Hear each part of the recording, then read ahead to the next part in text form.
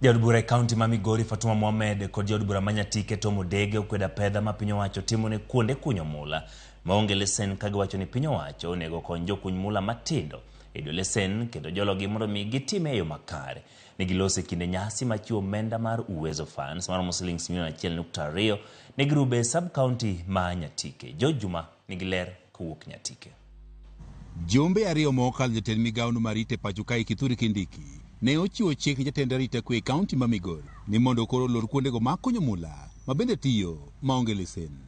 Apedha ni kata kamano koro kelonru kawuo komo kom josiasa e kaunti ma Migori kaachiel kod jokuny mula.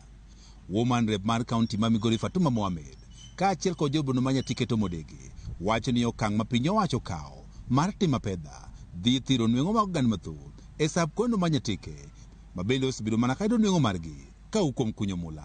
Waneno richo kod sirkal nikech Nyatike ka mae puothwa mwapuro to sirkal loro ni mondo kik wakuny gold to waonge yo moro amora mwanyalo yudo godo konyruok. Gold ema tero nyithindwa skul, gold ema wapuonjo godo nyaka jok manie college, gold ne mwachamo kata ute wabe mwagedo godo. Giwacho ni piny owacho onego keto kenge ma jolo jokuny mula mondo duok piny thog mowuok e kuondego mag mula kaachiel kod manyo negi chiro mok lorogi nikech onge malesen. Adhitero wach ni e bunge mondo mi apenji e bunge gimomiyo sirkal nyalo loro livelihood mar jopiny ma ok gi consider gima jopiny dhi chamo. Gima wadwa kwa sirkal ni ok inyal kelo sanity e field ma onge gimi invest in. Ok inyal kelo sanity e field ma in bende ine gi interest mok konj japiny. Omiyo gima wadwa kwagi ni ka gibire mining, wabie mining kapok waikore malong'o to wakel mana safety mondo mi jowa matho e bugo bed ni onge ng'ama nyalo tho to giwe jopiny otim mining kaka joge timo chon.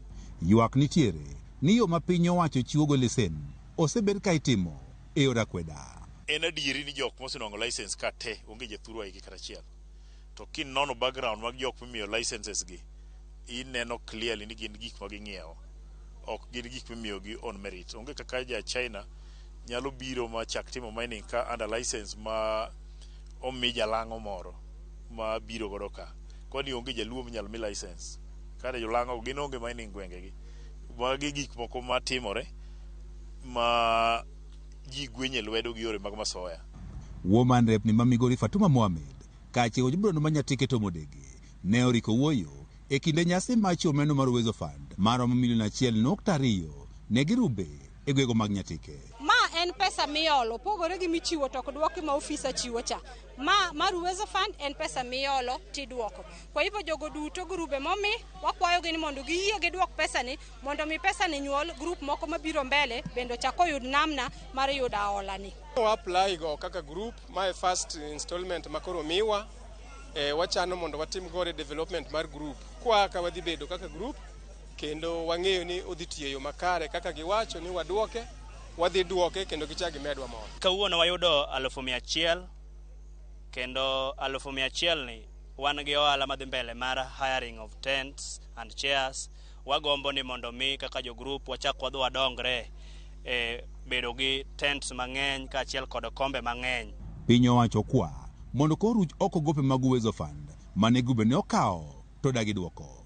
Ni sirkal nyaka tem maginyalo mondo giduogi wuog grube mane gimiyo pesa mondo ji winjre ka ginyalo duoko pesa. Kamano tamore onego bed ni grube go wa wave negi pesa ni mondo wachak wamany pesa manyien e government ma kata kidmiyowa Sh120,000 mondo wachak foundation manyien kaka inyalo mi grube pesa mondo konygi.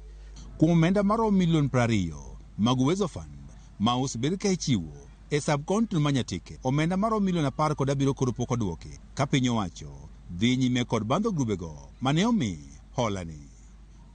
Juma, Ramogi TV, Migori. Kwaro mga jwang'ero kamano kuom medo kete Ramogi TV chenro